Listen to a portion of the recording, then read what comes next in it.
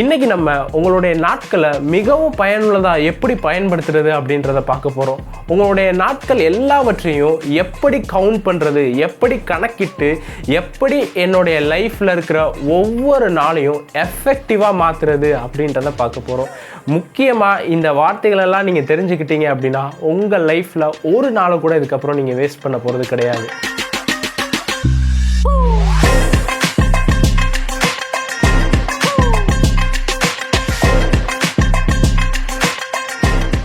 இப்போ தான் first time பார்த்துக்கிட்டு இருக்கிறீங்க அப்படின்னா சப்ஸ்கிரைப் பண்ணிக்கோங்க.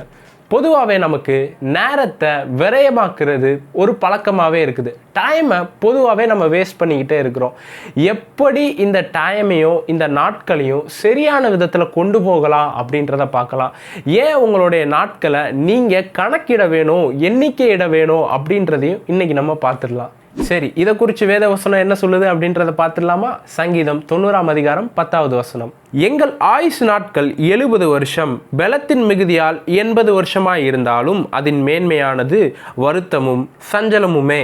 அது சீக்கிரமாய் கடந்து போகிறது, நாங்களும் பறந்து போகிறோம். 12வது வசனம். நாங்கள் ஞான இருதயமுள்ளவர்களாகும்படி எங்கள் நாட்களை எண்ணும் அறிவை எங்களுக்கு போதித்தருளும். மோசே இங்கே சொல்கிறாரு, ஞானம் இருதயம் உள்ளவர்கள்லாம் என்ன பண்ணுவாங்கன்னா தன்னுடைய நாட்களை கவுண்ட் பண்ணுவாங்களாம்.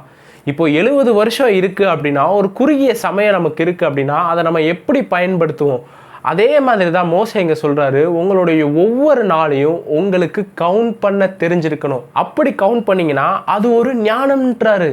நீங்கள் உங்களுடைய வாழ்க்கையில் இருக்கிற ஒவ்வொரு நாளையும் எடுத்து பாருங்கள், அதை எந்த அளவுக்கு எஃபெக்டிவாக பயன்படுத்தி இருக்கிறீங்க அப்படின்றத ஃபஸ்ட்டு ட்ராக் பண்ண கற்றுக்கோங்க. இப்போது கடந்த ஒரு வாரத்தை நீங்கள் எப்படி ஸ்பெண்ட் பண்ணியிருக்கிறீங்க, அந்த நேரத்தையும் அந்த சமயத்தையும் நீங்கள் எப்படி பிரயோஜனப்படுத்தி இருக்கிறீங்க அப்படின்றத ஒரு சின்னதாக செக் பண்ணி பாருங்கள். ஒரு வாரத்தில் என்ன பண்ணியிருக்கிறீங்கன்னு, அப்படியே இந்த ஆகஸ்ட் மாதம் ஃபுல்லாக என்ன பண்ணியிருக்கிறீங்கன்னு பாருங்கள். அதுக்கு முந்தின மாதம் என்ன பண்ணியிருக்கிறீங்க அப்படின்றத பாருங்கள். இதெல்லாம் கவுண்ட் பண்ணி கடைசியாக அந்த மாதத்தில் நான் என்ன ஒரு விளைவை நான் கொடுத்தேன், என்ன ஒரு விஷயத்தை நான் ப்ரொடியூஸ் பண்ணேன்னு எடுத்து பாருங்கள். இதுதான் கவுண்ட் பண்ணுற ஒரு கிருபை. ஏன்னா இங்கே மோசே என்ன சொல்கிறாரு அப்படின்னா, எங்கள் வருஷங்களைன்னு சொல்லலை, எங்கள் மாதங்களைன்னு சொல்லலை, எங்கள் நாட்களை என்னும் அறிவை எங்களுக்கு போதித்தருளும் அப்படின்றாரு. இன்றைக்கி நான் என்ன பண்ண போகிறேன் அப்படின்றத நீங்கள் தெரிஞ்சுக்கணும். பொதுவாகவே நமக்கு இந்த நேரத்தை வேஸ்ட் பண்ணுற பழக்கம் இருந்துக்கிட்டே தான் இருக்குது பாருங்களேன். ஏதாவது ஒரு விதத்தில் நம்ம டைமை வேஸ்ட் பண்ணிக்கிட்டே இருப்போம். ஒன்று ஃபோன் வழியாக வேஸ்ட் பண்ணுவோம், இல்லை ஒரு டிவி வழியாக வேஸ்ட் பண்ணுவோம். ஏதாவது ஒரு என்டர்டெயின்மெண்ட்டை வச்சு நம்மளுடைய நேரத்தை ஃபுல்லாக செலவழிச்சுக்கிட்டே தான் இருப்போம்.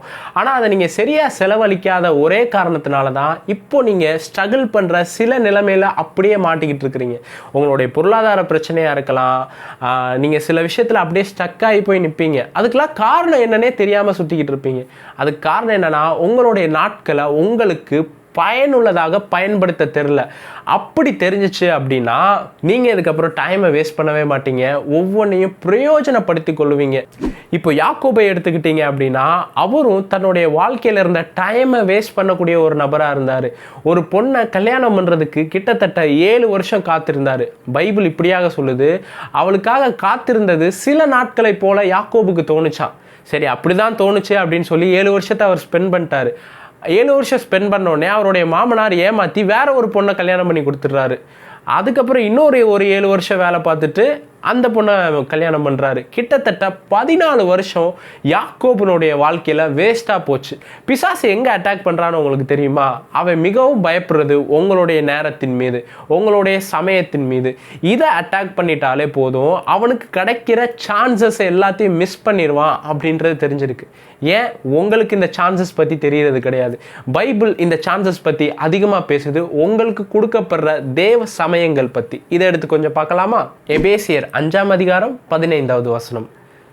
ஆனபடியினாலே நீங்கள் ஞானமற்றவர்களைப் போல நடவாமல் ஞானமுள்ளவர்களைப் போல கவனமாய் நடந்து கொள்ள பார்த்து. ஏற்கனவே சொன்னது மாதிரி தான், ஞானமுள்ளவர்களால் மட்டும்தான் தன்னுடைய நாட்களை கணக்கிட முடியும், தன்னுடைய நாட்களை சரியாக செலவழிக்க முடியும். அடுத்த வசனத்தை பாருங்க. நாட்கள் பொல்லாதவைகள் ஆனதால் காலத்தை பிரயோஜனப்படுத்தி கொள்ளுங்கள். நாட்கள்லாம் ரொம்ப பொல்லாததாக இருக்குது, காலத்தை கரெக்டாக பிரயோஜனப்படுத்தி கொள்ளுங்கள் அப்படின்னு எழுதியிருக்கிறேன். இங்கிலீஷில் ரிடீம் யுவர் டைம் அப்படின்ட்டு இருக்கும். ரிடீம் பண்ணுறதுனா என்ன அப்படின்றத ஃபஸ்ட்டு புரிஞ்சுக்கணும். ரிடீம் பண்ணுறதுனா என்னது அப்படின்னு பார்த்தீங்கன்னா, இப்போ கடையில் போய் ஏதாவது ஒரு பொருள் வாங்குறீங்கன்னா கிஃப்ட் வவுச்சர் அப்படின்னு கொடுப்பாங்க. டு ரிடீம் இட், இந்த ப்ராசஸ் இருக்குது, இப்படிலாம் பண்ணிங்கன்னா இது உங்களுக்கு கிடச்சிரும் அப்படின்ட்டு வாங்க. நீங்கள் வாங்கின ஒரு பொருளுக்கு கிஃப்டாக ஒரு ஃப்ரீயாக ஒன்று கொடுக்குறாங்க பார்த்தீங்களா, அதுதாங்க ரிடீம் அப்படின்னு சொல்லுவோம். இங்கே பவுல் என்ன சொல்கிறாருன்னா, நாட்கள் பொல்லாதவைகளாக இருக்குது, உனக்கு கொடுக்கப்பட்ட டைமை ரிடீம் பண்ணிக்கோ அப்படின்றாரு. அதை வேஸ்ட் பண்ணிடாதன்னு சொல்கிறாரு.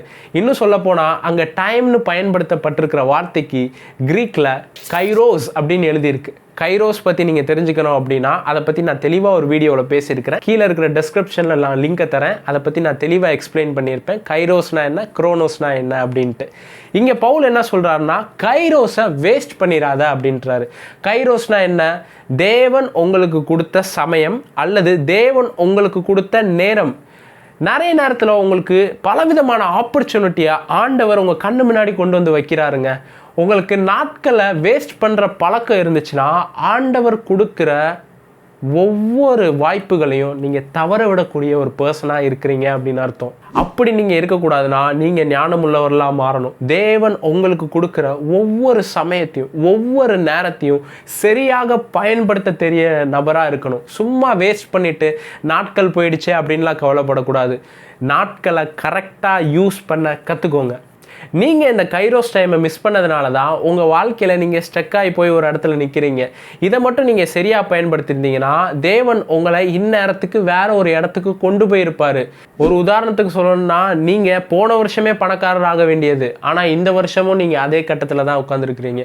உங்களுடைய ப்ரொமோஷன் போன வருஷமே கிடச்சிருக்க வேண்டியதாக இருக்குது, ஆனால் நீங்கள் இன்னும் அதே இடத்துல தான் உட்காந்துருக்கிறீங்க. ஏன்னா தேவன் உங்களுக்கு ஒவ்வொரு தடவையும் வாய்ப்பை தரும்போதும் சமயத்தை தரும்போதும் நீங்கள் அதை சரியாக பயன்படுத்திக்காததுனால தான் அதே இடத்துல ஸ்டக் ஆகி போய் நிற்கிறீங்க. வாயை திறந்து சொல்லுங்க, கர்த்தாவே எங்களுடைய நாட்களை என்னும் அறிவை எங்களுக்கு தாரும், எனக்கு ஒரு ஞானத்தை கொடுங்க, என்னுடைய நாட்களை எப்படி சரியாக பயன்படுத்தணுன்ற ஒரு அறிவை எனக்கு போதி தரலும் அப்படின்னு வாயை திறந்து சொல்லுங்க. ஸோ உங்களுடைய நாட்களை எப்படி நீங்கள் சரியாக பயன்படுத்தணும் அப்படின்னு தெரிஞ்சிச்சு. என்னுடைய நாட்கள்லாம் நான் வேஸ்ட் ஆகிட்டேன் பிரதர், இதுக்கப்புறம் ஆண்டவர் எனக்கு ஒரு சான்ஸ் தருவாரா அப்படின்னு நீங்கள் யோசிச்சுக்கிட்டு இருந்தீங்க அப்படின்னா இந்த ஒரு தீர்க்க தரிசன வார்த்தையை நான் உங்களுக்கு மேலே பேசலாம் அப்படின்னு இருக்கிறேன். யோவேல் 2:25 வசனம். நான் உங்களிடத்தில் அனுப்பின என் பெரிய சேனையாகிய வெட்டி கிளிகளும் பச்சை கிளிகளும் மொசுக்கட்டை பூச்சிகளும் பச்சை புழுக்களும் பச்சித்த வருஷங்களின் விளைவை உங்களுக்கு திரும்ப அளிப்பேன். இங்கே கர்த்தர் சொல்றாரு, மொசுக்கட்டை பூச்சிகளும் பச்சை புழுக்களும் பச்சித்த வருஷத்தின் விளைவை அப்படின்றாரு. இத்தனை நாள் வேஸ்ட் ஆகிடுச்சு, இவ்வளோ டைமை நான் வேஸ்ட் பண்ணிட்டேனே, இப்போ நான் எப்படி துவங்குவேன் அப்படின்னு யோசிச்சிங்கன்னா ஆண்டவர் என்ன தெரியுமா பண்ணுவார், நீங்கள் உங்களுடைய வாழ்க்கையில் ஒவ்வொரு கைரோஸ் மூமெண்ட்டை மிஸ் பண்ணியிருப்பீங்களே, ஆண்டவர் இந்த நேரத்தில் உங்களுக்கு ஒரு ப்ரொமோஷன் தர வேண்டியதாக இருந்திருக்கும், ஆண்டவர் இந்த நேரத்தில் உங்களுக்கு ஒரு உயர்வை தர வேண்டியதாக இருந்திருக்கும்ல. எப்போல்லாம் அதை மிஸ் பண்ணீங்களோ அதன் விளைவுகளை எல்லாவற்றையும் சேர்த்து உங்களுக்கு தருவார். எங்கெல்லாம் அவருடைய வாய்ப்பை நீங்கள் அறிவின்மையால் மிஸ் பண்ணீங்களோ அந்த வாய்ப்பை எல்லாத்தையும் உங்களுக்கு சேர்த்து அவரால் கொடுக்க முடியும். அப்படி சேர்த்து கொடுத்தா என்ன தெரியுமா ஆகும், அடுத்த வசனம் பாருங்க. நீங்கள் சம்பூரணமாய் சாப்பிட்டு திருப்தி அடைந்து உங்களை அதிசயமாய் நடத்தி வந்த உங்கள் தேவனாகிய கர்த்தருடைய நாமத்தை துதிப்பீர்கள், என் ஜனங்கள் ஒருபோதும் வெட்கப்பட்டு போவதில்லை. உங்களுக்கு சில வெட்கங்கள் உண்டாயிருக்கலாம், இத்தனை நாட்களை வேஸ்ட் பண்ணி இத்தனை வயசாயிடுச்சே அப்படின்னு நீங்கள் யோசிக்கலாம். ஆண்டவர் உங்கள் மேலே டைமை ரிடீம் பண்ணாருன்னா என்ன தெரியுமா ஆகும், இப்போ நீங்கள் எதெல்லாம் மிஸ் பண்ணீங்களோ அதெல்லாம் மொத்தமாக சேர்ந்து உங்கள் மேலே வரும் அப்படின்னு நான் சொல்கிறேன். இதை பார்த்துக்கிட்டு இருக்கிற ஒவ்வொருத்தருக்காக நான் ப்ரேயர் பண்ண விரும்புகிறேன். சில தீர்க்க தரிசன கிருபைகளை உங்கள் மேலே ரிலீஸ் பண்ணலான் இருக்கிறேன். பிதாவே இயேசு கிறிஸ்துவின் நாமத்தினால இதை பார்த்துக்கிட்டு இருக்கிற ஒவ்வொருத்தருக்காகவும் வருகிறேன். இயேசுவின் நாமத்தினால இவங்களுடைய வாழ்க்கையில் எந்த நேரங்கள்லாம் பட்சிக்கப்பட்டு போனதோ அது எல்லாம் திருப்பி வரட்டும். பிசாசு கொள்ளையடிச்ச நேரங்கள் இவங்ககிட்ட திருப்பி வரட்டும். பிசாசு கொள்ளையடிச்ச பணம் இவங்ககிட்ட திருப்பி வரட்டும். பிசாசு கொள்ளையடிச்ச தேவனுடைய சமயங்கள் எல்லாம் திருப்பி இவங்க மேலே திறக்கப்படட்டும். ஒரு தீர்க்க தரிசன கிருபையை அவங்க மேலே ரிலீஸ் பண்ணுறேன். நாட்களை எண்ணக்கூடிய ஒரு அபிஷேகம், நாட்களை எண்ணக்கூடிய ஒரு அறிவு இன்னையிலிருந்து இவங்க மேலே உண்டாயிருக்கட்டும். இயேசு கிறிஸ்துவின் நாமத்தினால பிசாசு எதெல்லாம் கொள்ளையடிச்சானோ அது 7 மடங்கு இவங்ககிட்ட திருப்பி வரட்டும். இவங்களுடைய நன்மைகள் திருப்பி வரட்டும். எப்படியெல்லாம் அதை இழந்து போயிருக்கிறாங்களோ ஒரு ஒரு கைரோஸ் டைம் திருப்பி இவங்க மேலே திறக்கப்படட்டும். தேவன் இவங்க இழந்த எல்லாவற்றையும் திருப்பி தருவீராக. இயேசு கிறிஸ்துவின் நாமத்தினால இவங்க மேலே அப்பேற்பட்ட கிருபையை நான் ரிலீஸ் பண்ணுறேன். எதெல்லாம் இழந்தாங்களோ இந்த வருஷத்தில், இந்த மாதத்தில் அவங்க மேலே திருப்பி அது திறக்கப்படட்டும். Thank you Lord Jesus. இதுக்கப்புறம் ஒரு பெரிய நாட்களை குறித்த அறிவு உங்களுக்கு உண்டாயிருக்கட்டும். பெரிய காரியங்கள் உங்களுடைய வாழ்க்கையில் நடக்கட்டும். இயேசுவின் நாமத்தில் பிதாவே, ஆமென். நீங்கள் இந்த செய்தினால் ஆசீர்வதிக்கப்பட்டிருக்கிறீங்கன்னா நீங்கள் இந்த ஊழியத்தில் விதைக்கலாம். கிட்டத்தட்ட 3 வருஷமாக நம்ம வீடியோஸ் அப்லோட் பண்ணிக்கிட்டு வரோம். ஒவ்வொரு வருஷமுமே நம்ம ஒரு அப்கிரேட்ஸ் பண்ணிக்கிட்டே தான் வரோம். நம்ம கிட்டத்தட்ட 3 வருஷமாக ஃபோனில் தான் இந்த வீடியோவை ரெக்கார்ட் பண்ணுறோம். நிறைய பேர் கேமரா வச்சு ரெக்கார்ட் பண்ணுறீங்களா அப்படின்னு கேட்டாங்க. இல்லை, ஃபோனை வச்சு தான் ரெக்கார்ட் பண்ணிக்கிட்டு இருக்கோம். கேமராக்கு அப்கிரேட் பண்ணுறதுக்கு நம்ம பார்க்குறோம். அதற்காக இதை பார்க்குற யாருக்காச்சும் விதைக்கணும் அப்படின்னு தோணுச்சுன்னா நீங்கள் கண்டிப்பாக கீழே இருக்கிற அக்கௌண்ட்லேயும் கூகுள் பேலையும் விதைக்கலாம். கிட்டத்தட்ட 60,000க்கு நம்ம ஒரு கேமராவை பார்த்துருக்குறோம். இது ஒரு பேசிக் தான். நல்ல ஒரு கேமரா வேணும்னா கிட்டத்தட்ட ஒரு 1.5 லட்ச ரூபா கிட்ட வருது. அல்லது இந்த கேமராவை நானே வாங்கி கொடுக்குறேன் அப்படின்னு சொன்னாலும் நீங்கள் தாராளமாக வாங்கி கொடுக்கலாம். இந்த ஊழியத்தில் நீங்கள் கொடுக்குறத ஒரு பெரிய பாக்கியமாக பாருங்கள். நீங்கள் இந்த கேமராக்காக கொடுக்கணும் அப்படின்னு நினச்சிங்கன்னா உங்கள்கிட்ட இருக்கிற எதனாலும் அனுப்பலாம். 60,000 தான் அனுப்பணும் அப்படின்ட்டு இல்லை, உங்களால் எது முடியுமோ அதை அனுப்பலாம். 60,000 நான் ஒரு ஆளாகவே அனுப்புகிறேன், அல்லது பெரிய கேமராவே எடுங்க பிரதர், அதுக்கு நானே ஸ்பான்சர் பண்ணுறேனாலும் நீங்கள் கொடுக்கலாம். தாராளமாக விதைக்கலாம். விதைக்கிற ஒவ்வொருத்தரையும் கர்த்தர் ஆசீர்வதிப்பார். God bless you all.